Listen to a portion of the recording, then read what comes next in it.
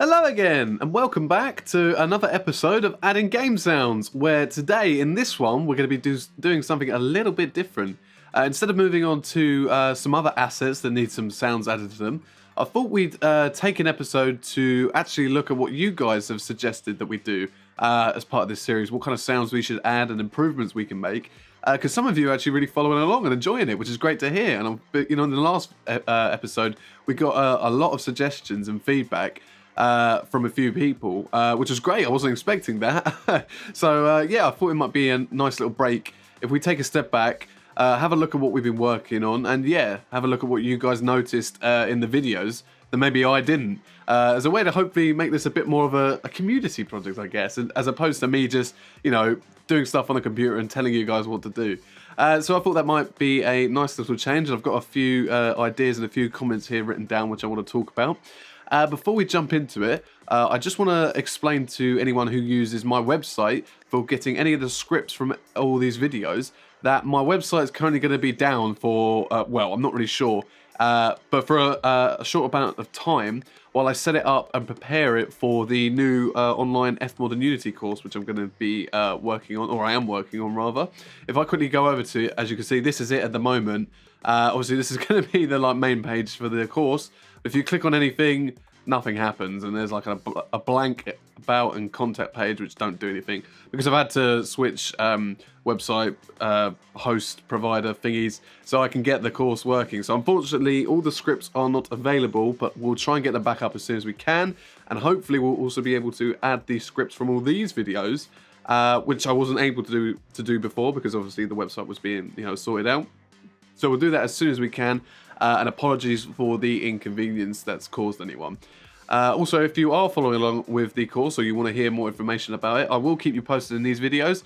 You can also follow me on my Twitter at HenryScott0, where I'm going to keep posting any updates on it there as soon as I can relay them to you. Yeah, but enough of that. Let's, like I said, let's jump into it. So the first comment I got was by someone called Audio Bits, or going under the YouTube name of Audio Bits. And he mentioned that in the last video on the new script, or the edits to the script that we've been using on the Ellen player character we made, I added a function called onDestroy, but didn't talk about the purpose of it, which I completely forgot to do. So thank you very much for reminding me. Let's quickly go into our script, find it. Here it is here. So this is the one he is referring to, the onDestroy function. Talk about what it does. So in other videos, I've mentioned about the .release command that comes with the FMOD API, and it's allows you to stop an event instance, or destroy it rather, when you're finished with it or when it's not playing. This is good because we don't want to create too many instances that we're not using, because this can affect our game's performance. It will be keeping track of all these empty instances that aren't playing any events, which, yeah, like I said, we don't want. And obviously at the beginning of the script, whenever this script is called, on the first frame it's called, we are creating an event here, or an event instance in the start function. So if this script is called on the first frame of every scene, which it will be, then we're obviously going to pile up a load of instances that we won't be using. And this is where this function comes in. So the onDestroy function is a Unity specific one that runs, I believe, on the very last frame just before a game object's destroyed.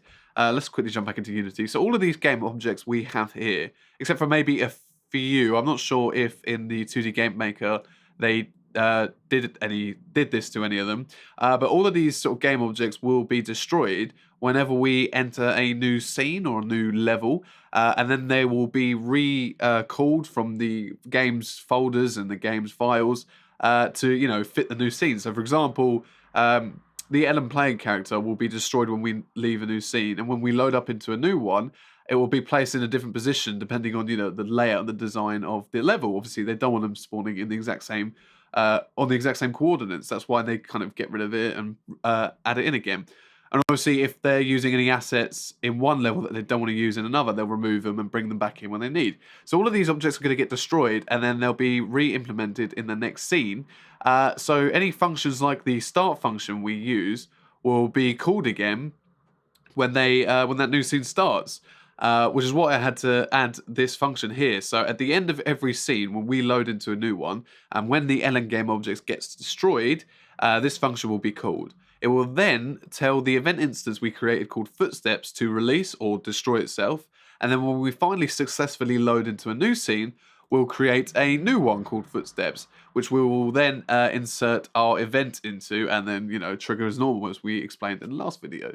So that's what that event does. It's nice and easy, and it's a very important one that I should have explained. So apologies for forgetting to bring that up. And thank you very much to Audio Bits for pointing that out. So the next comment we're going to look at is this one here, and this is by someone who I believe their name is Alexander. Apologies for not being able to pronounce your name or read your name there, but when I was stuck into Google Translate, Alexander's the name that it gave me back, so I hope you don't mind me referring to you as Alexander or Alex. But he or she mentioned that, particularly in scene 3, when you're jumping up to those sort of half platforms that you can fall under as well as jump up to, you can hear the landing sound trigger twice, which is actually an issue with the code that I gave you guys in the last episode. So thank you very much for pointing that out. Let's quickly jump into our game. I'm going to get to the part I'm referring to and show you the issue that Alexander's referring to. Okay, so here we are. So this is scene 3. I think they refer to them as scenes here. Sorry, zone 3, this one here. This is the part just before you collect the weapon for Ellen. If you come over here, obviously there's these platforms we can jump up to, but have a listen to what happens if I hold the space bar, so that's jumping at the maximum height that the player can go. And yeah, have a listen to the landing sound. There we go, so we obviously heard it twice. That's obviously not what we want. That's really bad and is not very realistic at all.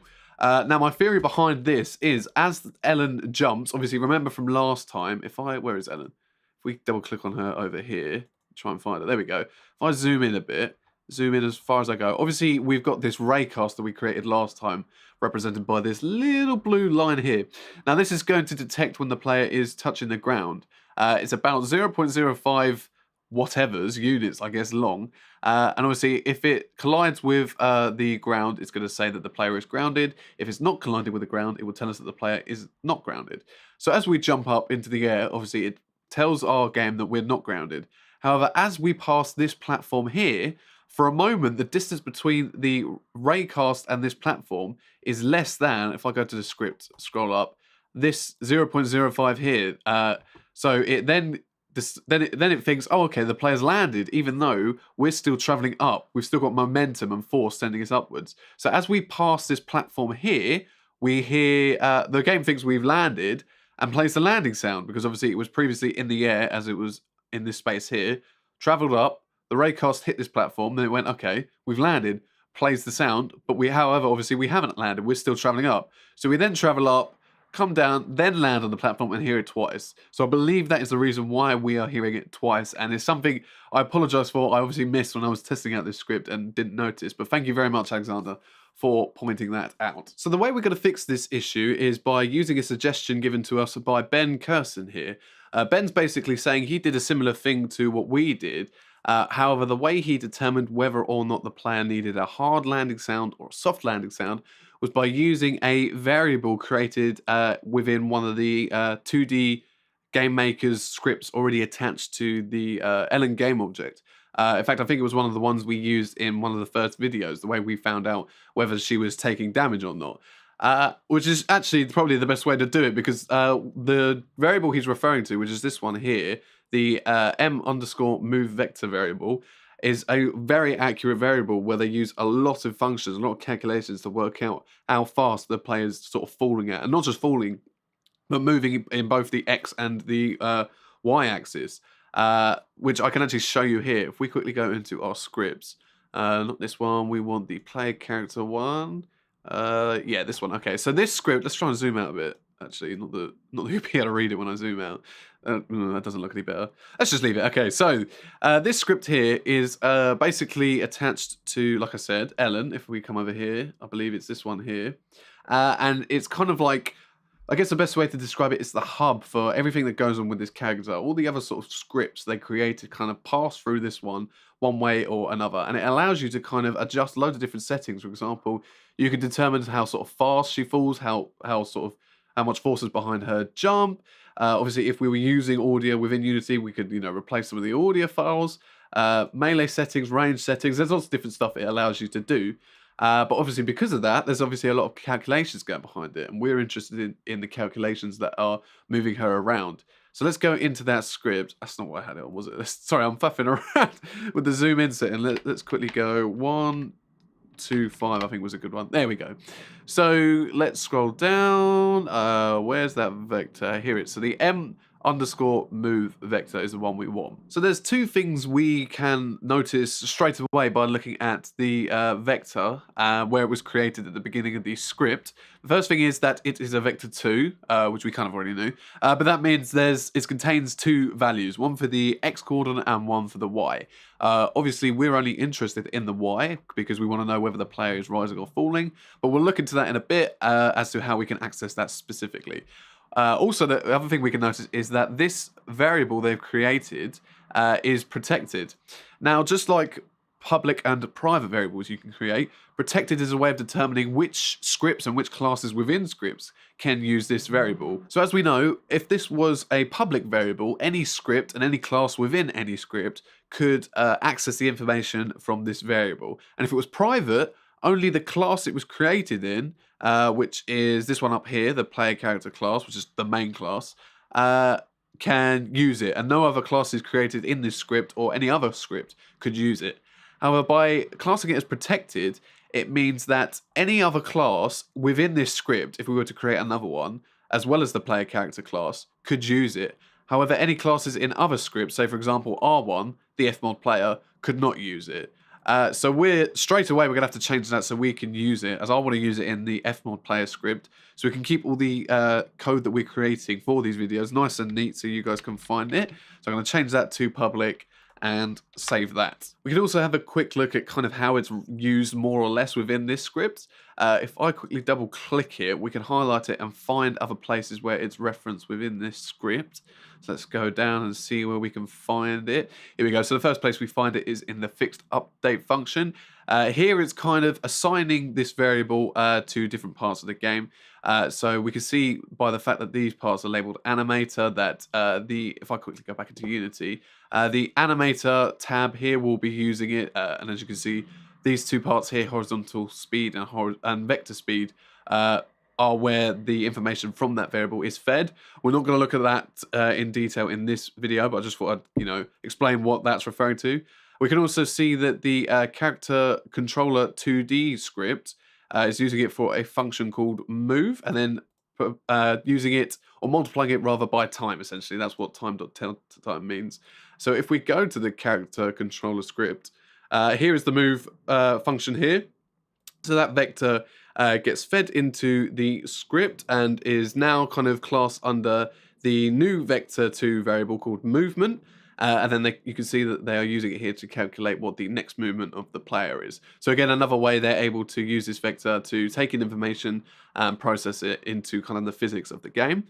Let's double click it again and keep scrolling down. Let's see where else we can find it. Here, I believe this is helping the camera move along with the player. So whenever the player moves, it will then tell the camera this is by how much the player has moved in the X axis. Keep going down. Here are some functions which I believe are being called to basically give the m_move vector its values and determine how much it's kind of moving by, and from that, other scripts like the character controller can work out how much they need to move the player. And thankfully, the script actually tells us that it's being used in Unity's state machine behaviors sort of part of Unity, which we haven't really looked into. That's kind of, again, more on the animator side. So when they're animating sprites and transitioning from one to another, there's kind of like its own way of making functions, and these scripts you can call. You can make scripts in them, but they're kind of not monobehavior ones, so you can call these scripts within those scripts and feed it information that way. And also, if we scroll down a little bit more, we can see there's a function called grounded vertical movement. And from my understanding, this is being used to kind of give the player gravity and obviously prevent them from, floating off. So we can see that it's comparing the vector to, and the y one as well, which is what we want, to gravity, which I believe is just a float variable. They gave a value and said, this is how much force we want to apply to our player via gravity, multiplying it by time and doing some, Nice and easy to understand calculations.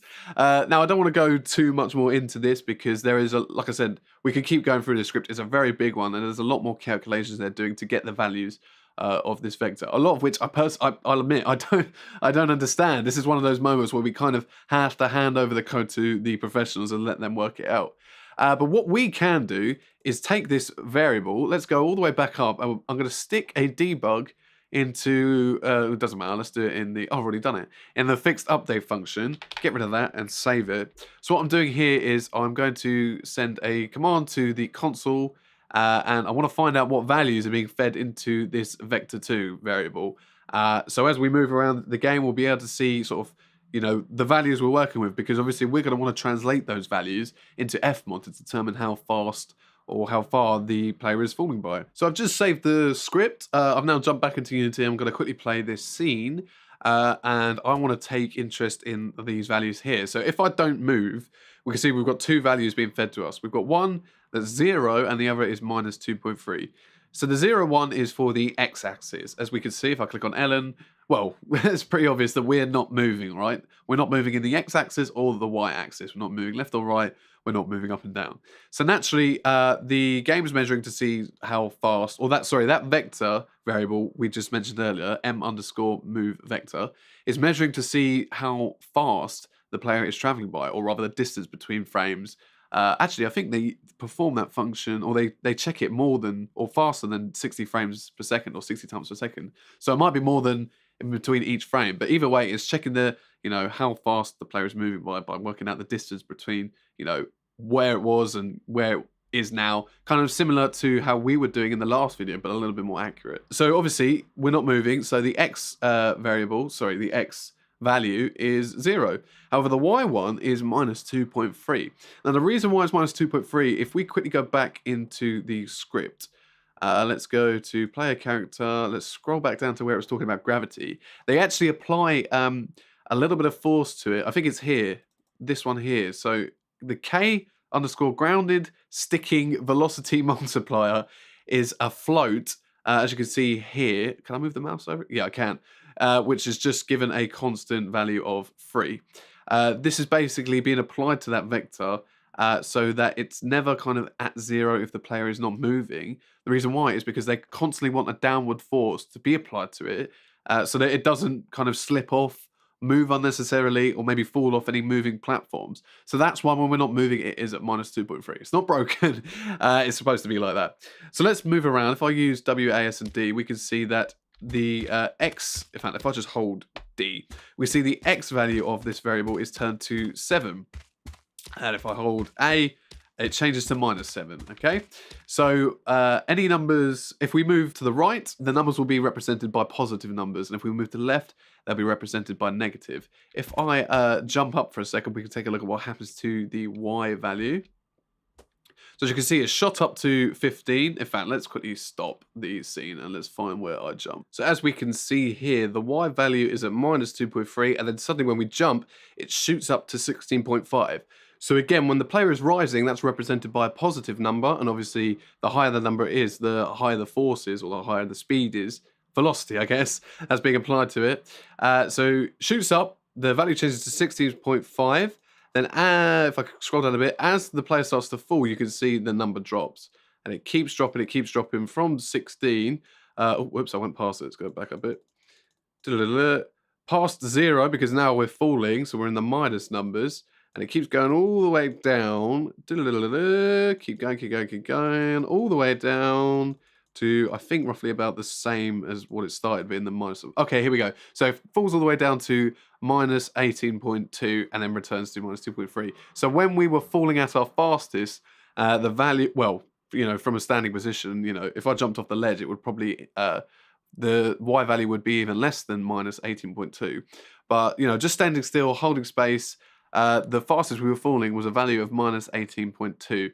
So that's something we're going to have to take in mind and change in FMOD a little bit later. So now that we understand a little bit better the variable we're going to be using to measure how fast we fall, we're going to need to change our script, and we're going to want to reference it from the player character script within our FMOD player script. Before we do that, what we can do is basically remove all the sort of information we were using in the last video to calculate how fast the player is moving. So that means all three of these floats can disappear. And if we go down to the bottom, this function here, player falling check, that can go as well. Don't need that anymore. And I believe if we go back to our update function, the reference to the player falling check, or where we called it rather, that can go as well. So we get rid of all that, hit Control Save and save it. Now we can look at how we reference that variable within this script, because it's going to work a little bit differently to how we normally do it. In our player landed function, we can also remove the condition of checking for the value of the height distance variable, because we're no longer going to be needing that. And then for the parameters, we will be changing these from height difference to, you know, the variable we're going to be using. But for now, I'm just going to leave it like that and change them when we get around to implementing it. So the first thing we want to do, if we want to access this variable, we actually want to add a new namespace to our main class up here. If I go back to the script it contains, you can see that they have a namespace labeled GameKit2D. And I believe the reason why is because obviously all the sort of functions and variables they created were part of the kit we downloaded in the first episode, and therefore we need this in order to access this. So what I'm going to do is quickly take all of my script, highlight every single bit of it, just up to that last curly bracket, hit Control X to cut it or temporarily delete it. Then I'm going to write name. Don't worry, it's not gone anywhere, by the way, so don't panic. Name, namespace. Then I'm going to write game kit. And obviously make sure you write it exactly how it's written in the other script. Otherwise it's not going to work. And then add 2 curly brackets, which I'm going to stick my class, my main class, and all the code within it into. Let's just quickly check I wrote it right, because I tried this a second ago and it didn't work. So game kit, game with an uppercase, kit with lower.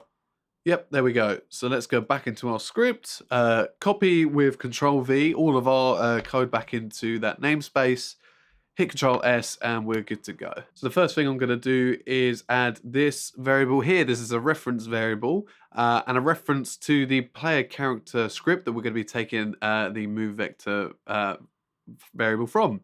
I've also called it PC for short, obviously player character PC.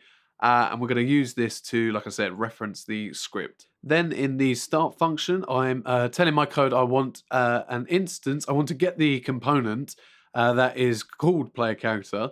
That's also attached to the same game object that my script is attached to, FMOD player, which is Ellen. As you can see, that's the script there. And we want to take an instance of this script specifically to add onto this, or to put inside of this variable so we can access it in a bit. So the next thing I've done is I've wrote debug.log in my fixed update function, and I've actually referred to the variable we're after within the player controller script, and I want it to tell me the value of the value of the Y component within that variable. So remember that the variable was a vector2, so meaning there's 2 values within it, the X and the Y. So to access not only the variable, but the second value within that variable, we first write out the variable, or the reference variable we've created for the script itself, which is PC. So that's storing an instance of the player character script, specifically the player character script attached to our game object, in case I didn't make that clear the first time. Then we want to say within that script, we want to get the move vector variable, which remember earlier, if I scroll down to it, we made public, meaning that we'll be able to access this within our FMOD player script. And then we want to say within that variable, we want to access the Y value. And if we wanted to access the X value, we would write X like that.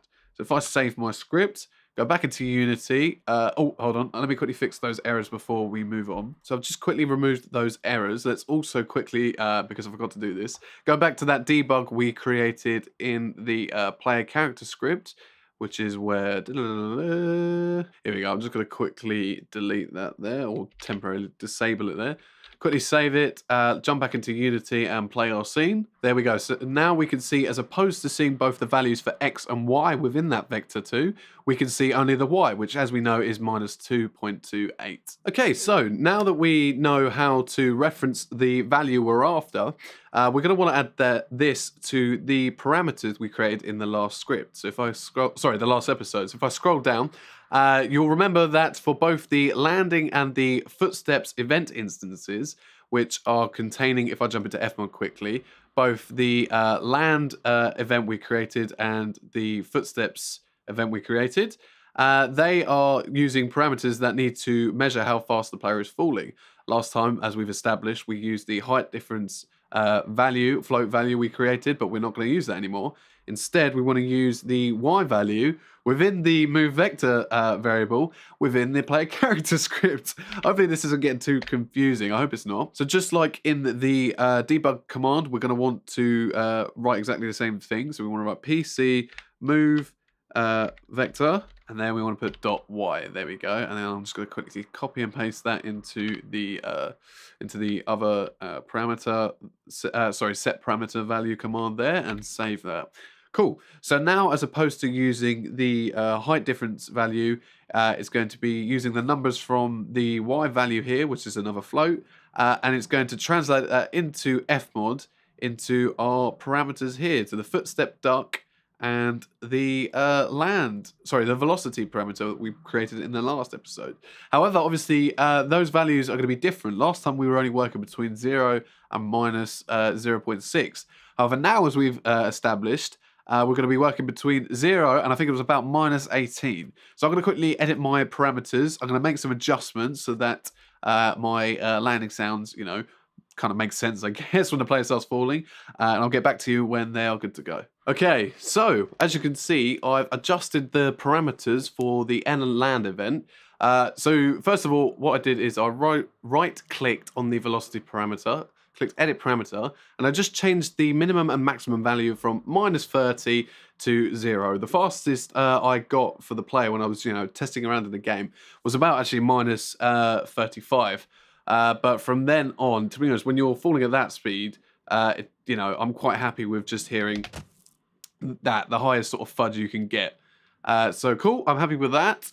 As you can see, I've also changed the line slightly, did some more testing, and it turns out the softest sort of jump you could do, which is where you just tap space and don't hold it, you land at about minus 14.5, so about here. So here I'm just hearing the soft landing sound on its own, and I've taken a little bit of dB off. Also, when you hold space, the fastest you land when just standing still and holding space, it drops to minus 19.2, so that'll be about there. So here I've upped the soft landing, and as you can see, blended in the hard landing a bit. And then anything, if she falls any faster, the soft landing starts to drop off, and the hard landing starts to get a little bit louder. Cool. And then for the footsteps parameter, if I quickly go to footsteps duck, as you can see on the master, I haven't really changed it that much. When you change the values of a parameter, you get the option to scale any automation you've created to fit the new values you've given it. So that's what I did with this. I just hit scale, so it adjusted and moved minus 25 dB from whatever it was at before, minus 0.6, all the way to minus 30. So that's the same as it was before. Oh, sorry, one thing I did change is the velocity on this parameter. I upped it from 50 units a second to 90 units a second because I felt it was a little bit slow and not very natural. The ducking process, that was. Yeah, so that's everything on the FMOD side I changed. If I quickly jump back into my code, what I've just quickly done off screen is that debug I told you guys to stick here, I took it out straight away because it was getting a bit annoying. That was just to show that we can now access the value of the Y coordinate. What I've done is I've put it in here, the function we're using to check when the player has landed. And yeah, this allows me that allowed me to get those values I talked about earlier, the minus 40.5 and the minus 19.2. So whenever the player lands, I can see how hard or how fast they've fallen by. So here we are back at those platforms. If I hold space to jump up to the first one, okay, well, it's very quiet, but we only hear the landing sound once. I'll have to adjust it a little bit more. If I jump again, we only hear the landing sound once. Perfect. Now, I didn't quite explain fully. I forgot to mention the part as to why we were hearing it twice before. If I go back into our script, remember to play the landing sound, we were checking to see if the height distance value, which we were using to calculate how fast we were falling, was lower than 0. Because obviously if it's a minus number, that means we're falling. However, don't forget, in the function we created to calculate it, in an if statement, I was multiplying it by -1 if it was ever above 0, because there was an issue I was having where occasionally I'd jump I'd land and it gave me a positive number and wouldn't play the sound, right? So that was no good, so I forced it to be a minus number. Now, I shouldn't have done that. That was a mistake. Apologies for wasting your time. That positive number was obviously telling us that the player, or was supposed to be telling us, that the player was rising. So that's actually very important to keep. Obviously, it allows us to tell the difference between when the player is rising and falling, but for some reason, it wasn't working too well. If I come back down, if I go back into the game and come down, so don't forget, remember, as we pass this platform, the raycast is going to collide with it and say, oh, the player has landed. But now if I jump up, we get two numbers. We get a positive and we get a minus. Now, I haven't had to do it in the code because in FMOD, if I go back to the... I probably should do it in the code as well. But if I go back to the Ellen landing event, you can see that I've said if the parameter is any higher than -2, I don't want either the hard landing or the soft landing sound to be heard. So obviously when that parameter hits the value of 5, we don't hear anything, which actually I'm going to quickly go back into the script in a second and change and just, clarify that we don't want that to, if the value is higher than 0, we don't want it to play the sound. But yeah, so now whenever we jump and that raycast has that brief moment of when it passes the platform as it rises, the value of the player moving will be a positive number, meaning they're rising, not falling, and therefore we won't hear the sound twice. So there we go. We've now got, not only have we got a more accurate falling sound, but we don't get that issue where we hear the falling sound twice. So here we are back in the script. I've quickly just added another condition to that if statement. And I've just said if the value of the if the y value of that vector is above 0, then we don't want to hear we don't want any of the stamping. We don't want to play the landing sound. Okay, so that is everything for this video. Like I said, we were just tightening a few screws that came loose in the last one, and thanks to your guys' help, feedback, and suggestions, I think we can make this sound even better than it could have been. And in the next video, we're going to be actually looking at an idea suggested by Ben again, where we're going to make the falling sound a little bit more interesting. So thank you again to Ben, who's been a legend when it comes to this series. So yeah, thanks for watching. Apologies again for the lack of a website with any scripts that you guys can copy into your games. I'm going to try and get that back up as soon as possible. But like I said, it's just because I'm restructuring the website and trying to get this online course up. That's the reason why it's down. But I hope you're all looking forward to the course as much as I am. And yeah, I think that's all we've got to say. So, as always, thank you. I've been Henry Scott, rather. Thank you very much for watching, and I'll see you in the next one.